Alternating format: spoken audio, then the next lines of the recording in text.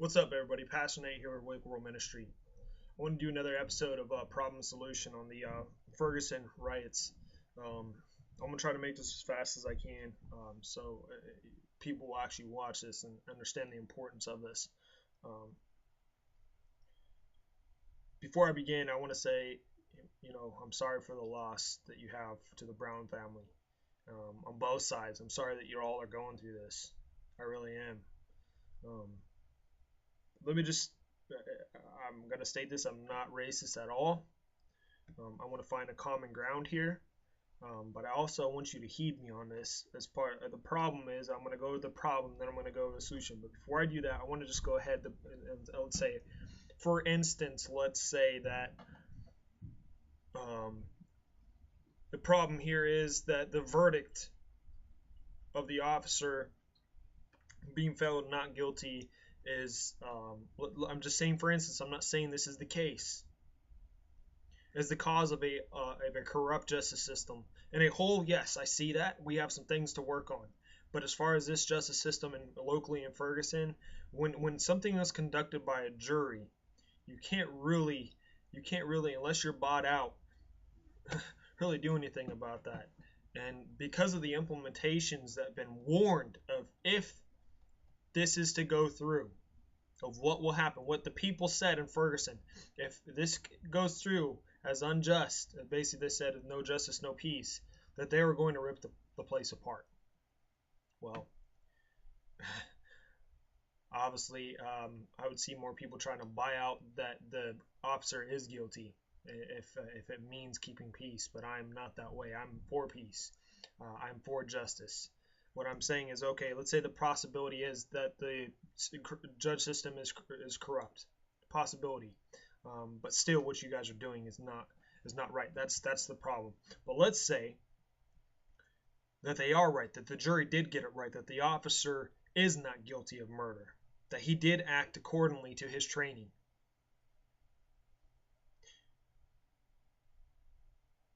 Ripping apart your cities is the answer. Okay, going on to something else. Let's say the officer is not, he needs to go through more training, and that he didn't go to his actual response levels of how he should respond. Let's say, for instance, that's the case, and he used lethal force when he could have used less lethal. If that's the case, then yes, this is unjust, but still, do you rip apart your cities? Okay, so let's say that he did use his actual reaction, or his reaction scale, and it was at the point where he felt his life was threatened, and this is taking away the badge. This is your rights as an American. If you feel your life is threatened, or you are going to have great bodily harm come to you or anyone around you, you have the right to defend yourself. And let's say this is the fact in this case, that this officer was in that point in time, at that point in time, he felt that his life was in danger, in grave danger, or he could be severely harmed, or others around him, that he reacted with lethal force, then he would still be just because of the training. In a whole, I do believe a lot of our officers need to go through a little bit more training in different scenarios because of the bad name they've been getting over the past 2 years. But do we ever point out what good officers do in our communities, how they do truly help us? How they're actually some of the ones that are speaking out against the injustice that's going on in a whole in our country, and they want to see it stopped? No, we don't talk about that. We just talk about the corrupt part of it, the bad that they do, right? Like that one news reporter pointed out every single African American that was shot in the past year, or at least in a couple months, and how that the FBI receives over 400 cases of white officers shooting African Americans and killing them. But do we ever talk about the African American officer having to unfortunately take the life of another African American man or woman? No. Or here's another one for you.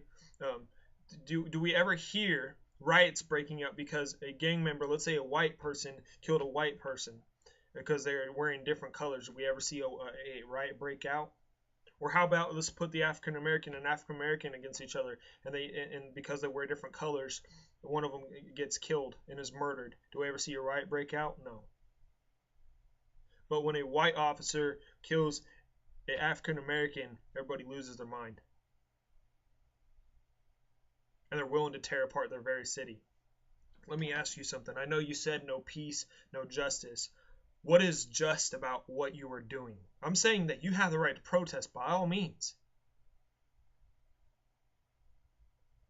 But how you're doing it, ripping apart, looting, stealing, getting even with other people, is that how you do that in the name of a dead man?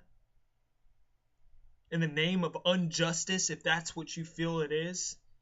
Personally, I mean, I'm going to say that the jury was right because the jury had the final say in it. But still, unjust or just, guilty or not guilty, this is how you react. You destroy your very city. You destroy your very neighborhoods. Understand this. This is not just in Ferguson. This is not just in Missouri. This is spreading to the West Coast and the East Coast. It's in Denver, Colorado, where I'm from. And if my guess is right, by 24 to 48 hours from now, it's probably going to be in Columbus, Ohio, and Cleveland, and all around Chicago, Detroit, Florida, Austin. I mean, everywhere. Every major city is going to break out on this. And this is the solution. The problem is this, that you guys are acting like this. There is what I'm getting at is, okay, what I was saying is no justice, no peace. Well, how is this just? By you destroying other people's dreams and lives and what they work so hard for? What gives you the right? What makes it just to go and steal from them when they live in your very communities and they're affected by it just like you? Where's the justice for them? Are they going to stand right because of what you did? Maybe they should go and tear apart your home. Oh, that would be just, right? No. This isn't how you protest. This isn't how you do it peacefully. That's the problem. Your protest is not a protest. It's literally an act of war. And it's spreading across the whole nation. That is the problem. The means of how you're protesting, how you're reacting, how you're acting out is the problem. I'm not saying don't protest, but this is not protesting. This is destroying your city. It is an act of war, and it is spreading across the whole United States. And if it is not stopped, this is the solution, is just stop. Control your protest. Go to the actual source and protest. And don't move until something is done. That's how you protest. Your voice. At the last case scenario, you use force.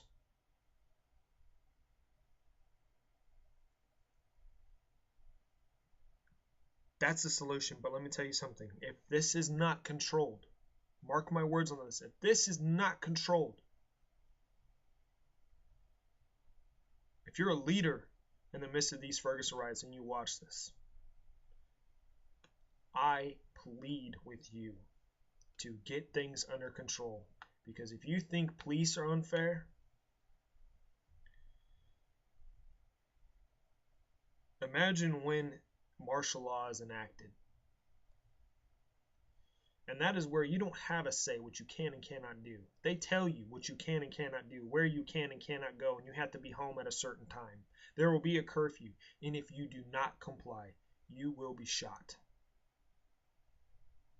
That is martial law. And that is what you're looking towards if you do not stop now. And it's not just in Ferguson. Those who are thinking about breaking out and riot, think of the overall cause. You are putting innocent people in the crossfire. And just as the person that calls himself the president sits in the chair with his administration that's all for this, they said, do what you have to, they're just as much guilty with the blood on their hands that's about to be spilled and the destruction that's going on. This is an act of war against your own country, and there will be major consequences if it is not controlled. I'm asking you as an American, as another person that's a part of We the People, to stop now. But here's the other thing, I'm going to end on this. You see, we'll riot, we'll tear apart our cities. You guys will. When something is done locally, that's what you call unjust. But yet this is what I don't get is, okay, so that's more important than your actual rights to protest is being taken away. Your very rights as an American, your freedom is being taken away, and you do nothing about it. Nobody bats an eye. But this is how you react when you say injustice has been done. You tear apart your cities. But again, I'm going to say your very freedom as an American is being taken away and you do nothing. That's another problem. The solution is that we get our priorities straight. That if we truly want justice, we go right to the source of the unjust. We don't tear apart what we the people have built. God be with us. And please heed me on this, because if you don't,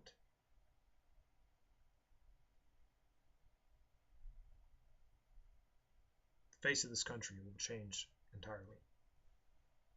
God bless America, and God bless you all.